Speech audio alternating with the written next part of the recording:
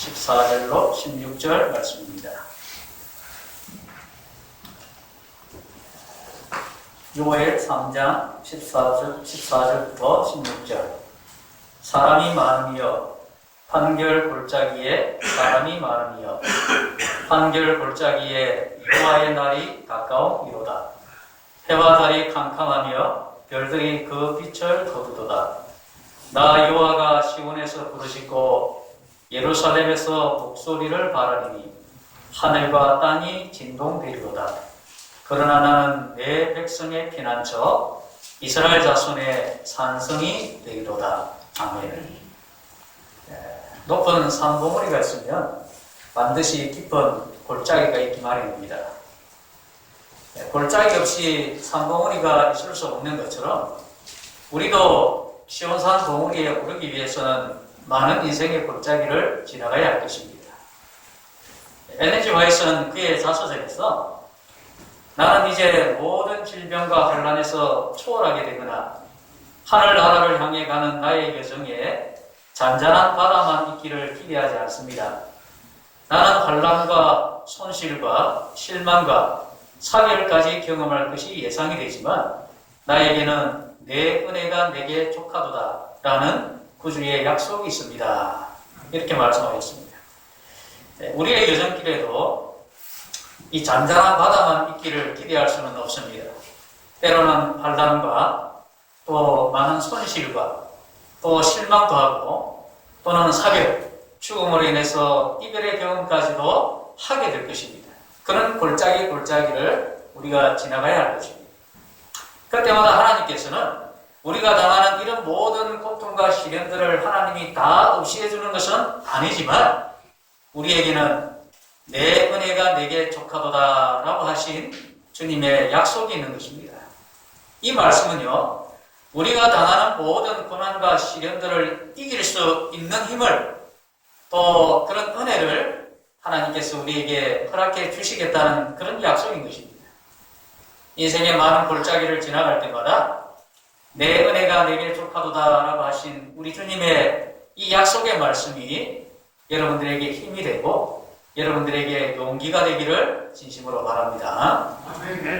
우리가 이 지나가는 인생의 여러 골짜기들을 여러분에게 좀 소개를 할까 합니다. 첫 번째는 사망의 음침한 골짜기입니다. 시편 23편 4절에 내가 사망의 음침한 골짜기로 다닐지라도 해를 두려워하지 않을 것은 주께서 나와 함께 하시니라. 주의 지팡이와 막대기가 나를 안위하시나이다. 안위한다는 말은 위로, 보호. 다른 아주 쉬운 성경에는 든든하게 보호해 주신다 이렇게 번역을 하기도 합니다. 여기 다윗은 그의 인생길에 사망의 음침한 골짜길이 있다라고 노래합니다. 그러나 다윗은 비록 이런 사망의 음침한 골짜기를 지나갈 때에도 주께서 나와 함께 하시기 때문에 또 주의 지팡이와 막대기가 나를 든든하게 잘 보호해 주시기 때문에 그럼에도 불구하고 다윗은 결코 두려워하지 않을 것이라고 그렇게 말하고 있습니다. 우리가 아까 불렀던 찬미에 그렇게 찬양했습니다. 찬미 가사를 좀 적었는데 가사를 가만히 읽어보니까 나의 가는 골짜기를 험하다고 하지만 기하요초라는 말은 이 화는 꽃이고 초는 풀입니다. 아주 아름다운 꽃과 같이 아름다운 풀과 그 위에 꽃을 말합니다. 아름다운 꽃과 잎이 있는 풀이 있는 그런 향기 속을 가는 것 같다. 내가 가는 길이 골짜길이고 험하지만 그러나 내가 꽃과 들의 아름다운 그런 자연이 있는 그런 길을 내가 가는 것 같다. 2절에 보니까 나의 길이 이렇듯이 아름다운 것은 그 이유가 뭔가 하면 나의 주가 나와 함께 동행하심일세 그렇게 했습니다. 우리가 가는 골짜길이 비록 험하다고는 하지만 그 길이 주님과 함께 동행하는 길이라면 주의 막대기와 지팡이가 나를 아주 든든하게 보호해주는 그런 길이라면 그런 예수님을 믿고 따라간다면 기하요초 향기가 넘쳐나는 그런 아름다운 인생길이 된다고 지금 노래하고 있는 것입니다. 흔히 많은 사람들이 인생의 골짜기를 지나갈 때에 그 골짜기 너머를 잘 보지 못하는 경우가 있어요. 당장에 눈에 보이는 내가 경험하는 당장의 어떤 어려움과 내가 지금 당하는 힘든 것만 바라보기 때문에 우리와 함께 그리고 계시는 주님을 잊어버리고 살아갈 때가 많아요. 그렇기 때문에 쉽게 절망하는 것입니다. 그런 사망의 엄침한 골짜기 속에서도 나와 함께 계시는, 나와 함께 거니시는 예수님에 대한 그런 믿음이 있다면 우리는 어떤 어려움을 당해도 쉽게 절망하지 않을 것입니다. 그러나 지금 우리에게 닥치는 그 골짜기, 내가 지나가는 그 골짜기 너머를 우리가 바라볼 수 있는 믿음이 부족한 것입니다. 울산에 가면 호미곶이라고 있어요. 그리고 포항에 가면 간절곶이 있지요. 곶이라는 말은 바다 쪽으로 톡 튀어나온 땅을 곶이라고 그렇게 부릅니다. 저기 남아프리카 공화국 남서쪽에 가면 희망봉이라고 불리우는 곳이 하나 있어요. 이름이 희망봉입니다. 이건 1488년에 포르투갈 왕의 명령을 받아서 바다를 항해하던 이 바르톨로메오 디아스라는 사람이 처음 그곳을 발견을 합니다. 오랫동안 그곳은 사람들의 기억 속에 폭풍의 기슭, 그곳의 이름을 사람들이 폭풍의 기슭이라고 불렀어요. 왜 이렇게 불렀는가 하면 이곳은 한류와 난류가 만나는 지점입니다. 뜨거운 기류와 차가운 기류가 만나서 부딪히다 보니까 항상 그곳에는 폭풍이 일어나고 날씨가 험상궂고 그렇게 아주 폭풍우가 일어나는 좋지 않은 그런 곳이었어요. 그렇기 때문에 사람들은 그곳을 사람들이 지나갈 수 없다 생각하고 그곳의 이름을 폭풍의 기슭이라 그렇게 부른 것입니다. 그렇기 때문에 누구 하나 자기 목숨을 내걸고 그곳을 통과하기 위해서 모험을 하는 사람이 없는 것이죠. 위험한 곳이니까. 그런데 그러다가 1497년에 포르투갈에 탐험가였던 이 바스코 다 가마라는 사람이 처음으로 그곳에 도전을 해서 당당하게 성공적으로 그 폭풍을 뚫고 그곳을 통과하게 됩니다. 그가 폭풍을 헤치고 그 흉흉한 바다를 지나고 나니까 그 폭풍의 기슭을 지나고 나니까 세계에서 가장 안전한 인도양이 펼쳐져 있고 그저 가장 아름다운 해변이 펼쳐져 있었습니다. 그때부터 이제 유럽과 인도를 잇는 항로가 개척이 되어지면서 그곳에 많은 사람들이 지나다니고 이제 유럽과 인도가 이 서로 무역을 나누면서 그렇게 같이 성장하는 그런 계기가 되게 된 것이죠. 그렇기 때문에 그때부터 더 이상 사람들은 이곳의 이름을 폭풍의 기슭이라고 부르지 않습니다. 희망봉이라고 고쳐 부르게 되었어요. 수많은 폭풍이 일어나던 그래서 사람이 가까이 다가가기 어려운 곳이라 생각했는데 그 폭풍의 기슭을 뚫고 지나가니까 정말 아름다운 많은 사람들에게 도움을 줄 수 있는 그런 새로운 세상이 펼쳐지기 때문에 그들에게는 더 이상 이곳이 폭풍의 기슭이 아니고 희망봉이 되었던 것입니다. 그래서 이름을 희망봉이라 고쳐 부르게 된 것이죠. 여러분 이런 일은 사실 우리가 겪고 있는 이런 고난에서도 그대로 진실이 되어서 나타납니다. 우리가 아까 잠깐 제가 설명한 것처럼 이 나의 가는 골짜기를 이 후렴구에 보면요. 자, 아름답다 나의 길이 내게 즐거우니 저쪽 멀리 하늘집이 항상 바라보네. 그렇게 마무리가 되어지죠. 사람들이 그렇게 두려워했던 그 폭풍의 기슭을 그 두려움을 뚫고 통과하고 넘었으니까 그것이 희망봉으로 보이게 되었던 것처럼 지금 우리가 가는 골짜길이 험하지만 우리가 가는 골짜길이 사망의 음침한 골짜기라 할지라도 그것을 지나고 나면 그것을 통과하고 나면 저쪽 끝에 무엇이 바라보이는가? 하늘집이 바라보인다고 말하고 있는 것입니다. 그렇기 때문에 우리가 가는 인생길이 아름답고 즐거운 길이라고 아름답다 나의 길이 내게 즐거우니 하늘집이 바라보이기 때문에 그 길이 즐겁다고 그렇게 노래하고 있습니다. 다윗도 마찬가지였어요. 자, 아까 4절만 읽었는데 6절에 보니까 나의 평생의 선하심과 인자하심이 정녕 나를 따르리니 내가 여호와의 집에 영원히 거하리로다. 다윗도 비록 보면 사망의 엄침한 골짜기를 다닐지라도 주님께서 함께 하시기 때문에 주의 막대기와 지팡이가 자기를 든든하게 보호해 주시기 때문에 결국에는 하나님의 집에 영원히 거할 것이라는 그 소망을 지금 굳게 하고 있습니다. 만약에 여러분 이 땅에서 인생의 골짜기가 없으면 여러분 우리가 하늘나라를 그토록 사모할 이유가 있겠습니까? 이 땅에서 사는 것이 더 좋다면 누가 하늘나라를 사모하고 이 땅에서 편히 살 수 있는데 어찌 하늘집을 바라보면서 살겠습니까? 인류가 범죄한 이후에 죄악이 우리에게 가져온 이런 고통과 환난과 엘렌 아이시 말했던 실망과 또 죽음과 이런 모든 것들은 평생 동안 우리가 지나가야 될 인생의 골짜기가 되고 말았습니다. 혹여론 인생의 비탈진 모퉁이에 서 있든지 아니면 깊은 골짜기를 지금 통과하고 있는 중이든지 간에 우리가 다윗처럼 하나님의 집에 영원히 살게 될 그날까지, 그때까지 우리와 함께 하시는 하나님의 손길을 잊지 말고 우리가 걸어가는 길이 비록 사망의 엄침한 골짜기와 같은 그런 인생길이라 할지라도 우리 곁에서 우리와 함께 그리시고 주의 막대기와 지팡이로 우리를 보호하시는 하나님을 의지하고 살아갈 때에 우리에게는 하늘집에 거할 수 있는 영원한 소망을 가진 우리의 인생길이 더 아름답고 즐거운 인생길이 될 수가 있는 것입니다. 시대의 소망 224쪽에 그리고 하늘이 사람에게 주실 수 있는 모든 선물 중에서 그리스도와 더불어 그의 고난에 동참하는 것이 가장 가치 있는 신임이요 가장 높은 영예인 것이다. 여러분, 에녹은 죽음을 보지 않고 하나님과 동행하다가 하늘로 승천했습니다. 그리고 엘리야는 하나님이 보내신 불병거를 타고 화려하게 하늘로 올라갔지. 근데 침례요한은 옥중에 갇혔어요. 고난당하다가 핍박당하다가 홀로 외롭게 목이 잘라서 죽었습니다. 그렇다고 침례요한이 그 에녹이나 엘리야보다 더 못한 세계를 살았다고 누가 말할 수 있겠습니까?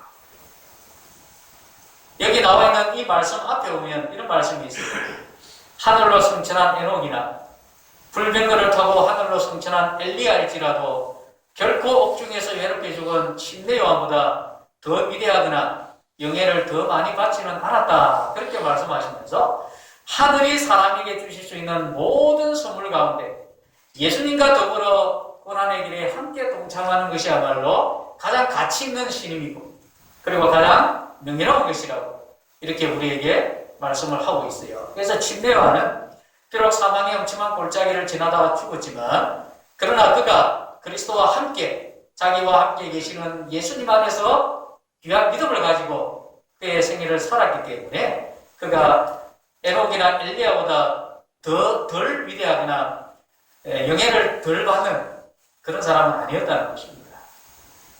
하나님께서 우리에게 주신 선물 가운데 그리스도의 고난에 동참하는 것이 가장 가치 있는 일이고 명예로운 일이라는 사실을 여러분들이 다시 한번 기억하시고 우리의 인생길이 비록 힘들고 험하고 또 사망의 엄침한 골짜기와 같다 할지라도 우리와 동행하시는 우리 주님의 손 꼭 붙들고 하늘 소망을 두고 살아가는 하늘집의 소망을 두고 살아가는 천성교회 귀한 성도님들 되시기를 간절히 바랍니다. 두 번째는 아골 골짜기입니다. 아골 골짜기 들어보셨을 거예요. 호세아 2장 15절에 보면 거기서 비로소 저의 포도원을 저에게 주고 아골 골짜기로 소망의 문을 삼아 주리니 저가 거기서 응대하기를 어렸을 때와 애굽 땅에서 올라오던 날과 같이 하리라. 아골 골짜기 어떤 곳인가 하면 아간과 그의 가족들이 돌무더기에 갇혀서 죽었던 그 골짜기가 아골 골짜기입니다. 아간의 인생은 이 아골 골짜기에서 끝이 났어요. 사연은 이렇습니다. 하나님께서 기업으로 주시겠다 약속하신 가나안 땅을 얻기 위해서 이스라엘 백성들이 처음으로 정복해야 될 도성이 어딘가 하면 남공불락의 여리고 도성이었습니다. 그렇기 때문에 하나님께서는 이제 가나안에 들어가기 전에 처음으로 정복하는 첫 어떤 성전가를 울려야 되는데 그 일을 위해서 하나님께서 그 싸움이 가나안 민족과의 첫 전쟁이기 때문에 그것은 오직 하나님께서 하나님의 능력으로 승리하도록 그렇게 하셨습니다. 그래서 제가 아까 이렇게 여호수아 6장 7장을 좀 읽어보시라고 적어놨는데 여리고성을 정복하기 위해서 이스라엘 백성들이 한 일이 뭐가 있었습니까? 뭐 했지요? 엿새 동안은 성 주위를 그냥 한 바퀴 돌았습니다. 그러다가 7째 날에는 성을 7바퀴 돈 거 그것밖에 한 게 없어요. 오직 그 승리는 누가 취하신 것인가 하면 하나님이 취하신 겁니다. 하나님께서 싸우신 거예요. 그죠? 이건 상징적인 의미가 있는데 하나님께서 늘 말씀하신 것처럼 처음 난 것들, 그게 사람이든 동물이든 저기 밭에서 나는 채소든 간에 처음 난 것들은 모두가 다 누구 것인가 하면 하나님의 것이었어요. 처음 난 것들은 하나님의 것인데 그것을 사람이 대신 취하는 것은 하나님의 것을 도적질할 수 있는 아주 큰 범죄가 된 것입니다. 그래서 하나님께서 여리고성을 공격할 때 이렇게 당부를 하셨습니다. 여호수아 6장 18절 19절을 보면 너희는 바칠 물건을 스스로 삼가라. 너희가 그것을 바친 후에 그 바치는 어떤 것이든지 간에 취하면 이스라엘 진으로 바침이 되어 화를 당하게 될까 두려워하노라. 은금과 동철 기구들은 다 여호와께 구별될 것이니 그것을 여호와의 곳간에 드릴지니라. 가나안 땅의 첫 열매가 여리고 도성입니다. 그렇기 때문에 그 여리고 도성은 하나님의 것이에요. 그곳에서 사람들이 취할 수 있는 건 없습니다. 옛날 이스라엘 백성들이 전쟁에 나가서 승리하면 그 전리품들 취해왔을 때 하나님께서 그걸 전쟁에 나간 사람들, 그 다음에 500분의 1, 그 다음에 전쟁에 나가지 않은 백성들에게 50분의 1 골고루 나눠주도록 그렇게 하셨잖아요. 근데 이것은 첫 열매로서 하나님의 것입니다. 바칠 물건이라고 하는 것은 전적으로 하나님이 싸워서 이겼기 때문에 인간이 손을 못 대는 물건을 말하는 거예요. 여기가 손을 대면 안 되는 거예요. 그런데 여러분, 이거 말씀 못 드릴고요. 구조와 승전 491쪽에 보면 이스라엘 사람들이 자기 힘으로 승리를 얻은 것은 아니었다. 그 정복은 전부 여호와의 능력으로 이루어졌으므로 그 성벽과 거기 포함된 것은 모두 그 땅의 첫 열매로서 그 땅의 처음의 것이었기 때문에 이것은 하나님께 희생제물로 바쳐져야 되는 겁니다. 사람이 손을 대면 안 되는 것이에요. 그런데 아간이라는 사람이 그 가운데서 신할산의 아름다운 외투 한 벌과 은 200세겔, 50세겔 되는 금덩어리 하나를 보고는 탐이 나가지고 그걸 몰래 감춰둔 겁니다. 그리고 이스라엘 백성들의 죄악이 드러날 때까지 그것을 말하지 않고 회개하지도 않았습니다. 그 일 때문에 아간과 그의 가족들이 돌멩이에 맞아 죽었는데 그 돌무더기가 쌓여있던 곳을 이스라엘 백성들이 아골 골짜기라 그렇게 불렀던 것입니다. 아골 골짜기는요, 탐심의 골짜기입니다. 배신의 골짜기입니다. 그것은 죽음의 골짜기였어요. 그러나 하나님께서 그곳 아골 골짜기를 소망의 문으로 삼으시겠다고 아까 말씀하셨습니다. 순간순간마다 하나님을 배신하고 탐욕과 우상 숭배에 얼룩져 있던 이스라엘의 역사는 한마디로 말하면 아골 골짜기와 같습니다. 그러나 그런 아골 골짜기를 소망의 문으로 삼아주시겠다라고 약속하신 것은 그런 이스라엘을 하나님께서 다시금 회복시켜 주시겠다는 그런 약속의 말씀입니다. 우리가 살아가는 인생길도 아골 골짜기 몇 개는 아마 있을 것입니다. 여러분, 순간순간마다 하나님을 배신할 때 우리 앞에 아골 골짜기가 하나 세워집니다. 마음속에 탐욕을 품을 때, 또 우상 숭배에 빠질 때, 하나님의 뜻에 불순종할 때, 그럴 때마다 우리 앞에는 이 아골 골짜기가 서게 되는 것입니다. 그러나 하나님께서 그런 우리들을 회복시켜 주시고, 그런 우리를 고쳐주시고, 그런 우리를 치유하시고, 그리고 아골 골짜기와 같은 그런 우리의 인생길을 소망의 문으로 삼아주시겠다고 그렇게 우리에게 희망의 말씀을 하고 계신 것입니다. 원래 아골 골짜기 이름의 뜻은 괴로움, 환난 그런 뜻입니다. 괴로움과 환난의 골짜기라는 뜻이에요.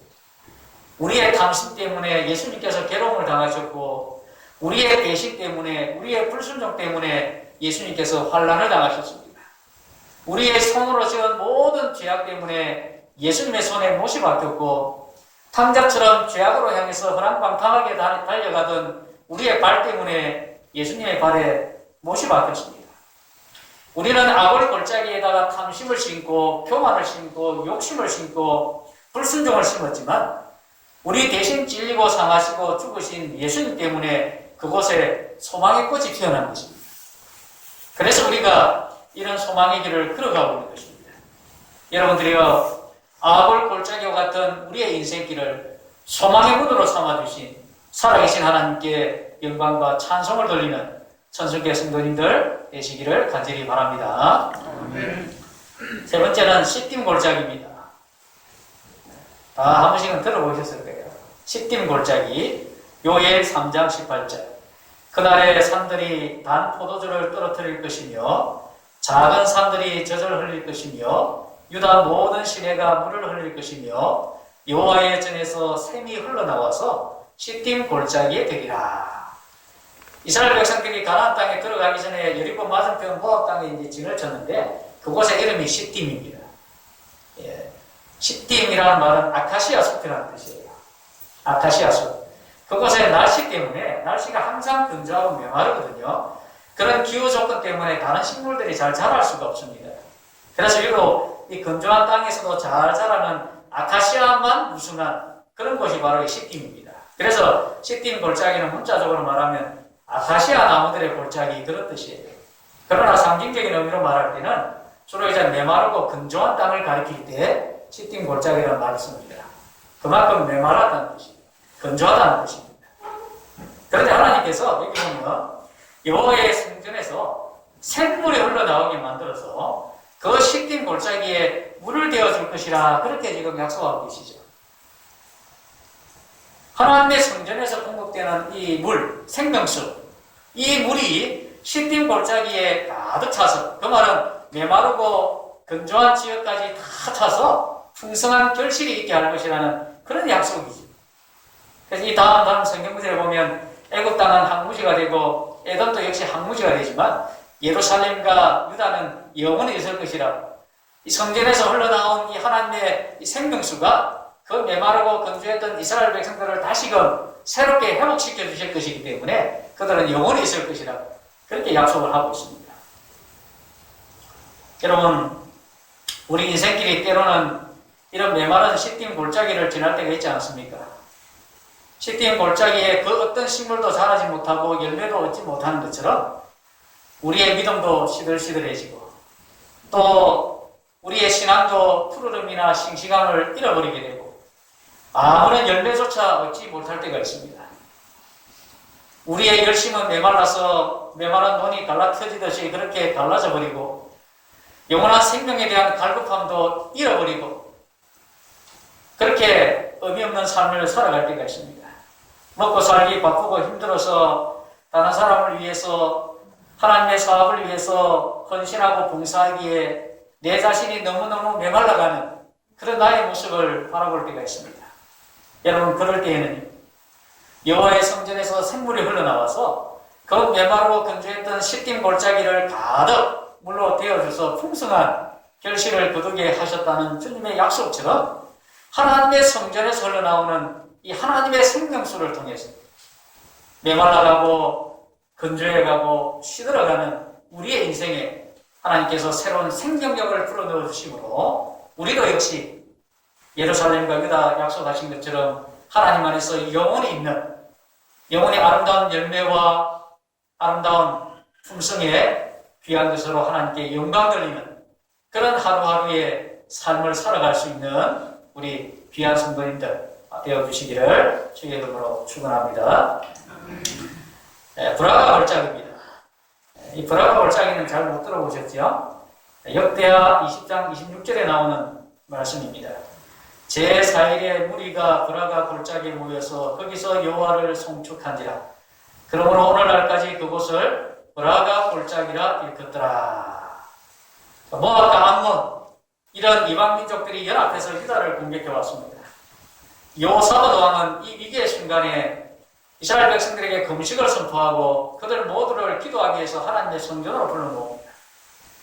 그래서 그들은 합심해서 기도하기를 우리 하나님이여 저희를 징벌하지 아니하시나이까 우리를 치러오는 이 큰 무리를 우리가 대적할 능력도 없고 어떻게 할 줄도 모르고 우리가 오직 주만 바라봅니다. 그렇게 기도했습니다. 그랬더니 하나님께서 선지자를 통해서 너희가 이번에는 싸울 게 없다. 여호와가 너희를 구원하는 것을 보라. 너희는 두려워하며 놀라지 말고 여호와가 너희와 함께 하리라 하는 하나님의 응답이 이르러 오셨습니다. 이에 여호사밧 왕은 확신에 찬 음성으로 너희 하나님 여호와를 신뢰하라. 그리하면 견고히 서리라. 그 선지자를 신뢰하라. 그리하면 형통할 것이라 하고 백성들에게 용기를 주었습니다. 그리고는 전쟁도 하기 전에 승리의 찬음성으로 하나님께 영광을 돌리고 찬송을 돌립니다. 그런 찬송이 시작될 때에 놀라운 일이 일어났어요. 하나님께서 역사하심으로써 그 이방연합 진영에서 혼란이 일어나더니 서로 아군을 적군을 알아보지 못하고 자기들끼리 적군이 자고 칼로 찌르고 싸우고 죽이는 그런 참사가 일어나게 됩니다. 여호사밧과 유다 백성들은 저들의 원수로부터 놀라운 구원을 베풀으신 하나님께 영광을 돌리고 찬송을 돌리면서 그 골짜기 이름을 브라가 골짜기라고 불렀습니다. 그 이름의 뜻은 축복의 골짜기라는 뜻입니다. 브라가 골짜기는 축복의 골짜기입니다. 그런데 여러분 조금 전까지만 해도 분명히 그 골짜기는요, 하나님의 백성들에게는 위기의 골짜기입니다. 어쩌면 한순간에 죽음의 골짜기가 될 수도 있었죠. 그래서 여러분 우리 제님 성경구석에 보면 죽음의 골짜기가 될 뻔했던 것이 생명의 골짜기가 되었고 저주의 장소가 될 뻔했던 것이 축복받는 장소가 되었다. 이렇게 기록했습니다. 여러분 그날 구원의 하나님께서 죽음의 골짜기가 될 뻔했던 그곳을 생명의 골짜기가 되게 하시고 저주의 골짜기가 되게 했던 그곳을 축복의 골짜기가 되게 하셨다는 것입니다. 하나님께서 그렇게 하시는 것이죠. 여러분 우리 인생 골짜기에도 수많은 위기들이 찾아옵니다. 모압이나 암몬, 세일산 거민들처럼 항상 우리를 위협하는 것들이 우리 앞에 서 있습니다. 코로나 같은 눈에 보이지 않는 것들도 항상 우리 앞을 가로막고 있습니다. 사단은 할 수만 있으면 어떻게든 믿는 자들을 미혹하려고 할 것입니다. 우리의 심령이 근심으로 짓눌리게 만들고 또 가슴이 답답해 오는 그런 위기의 순간들을 사단은 끊임없이 우리에게 허락합니다. 그래서 심령이 짓눌리고 가슴이 답답하고 하나님께서 계시지 않는 것 같고 하나님께서 너무 멀리 계신 것 같고 이런 위기가 우리의 순간에 찾아올 때가 있습니다. 그런 위기의 때에 여러분 우리가 하나님을 바라보지 않는다면 그것은 바로 죽음의 골짜기, 저주의 골짜기가 될 것입니다. 그러나 우리에게 아무런 능력도 없고 우리에게 아무런 희망이 없어 보여도 여호사밧처럼 오직 여호와만 바라본다. 오직 우리 주님만 바라본다면 그 죽음의 골짜기, 저주의 골짜기가 바로 브라가의 골짜기, 축복과 찬양의 골짜기가 될 것입니다. 그러니 그 어떤 사단의 공격에도 이기게 하시고 구원을 베푸시는 하나님만 바라보고 살아가시는 성도님들 되시기를 간절히 바랍니다. 네, 마지막 판결 골짜기입니다.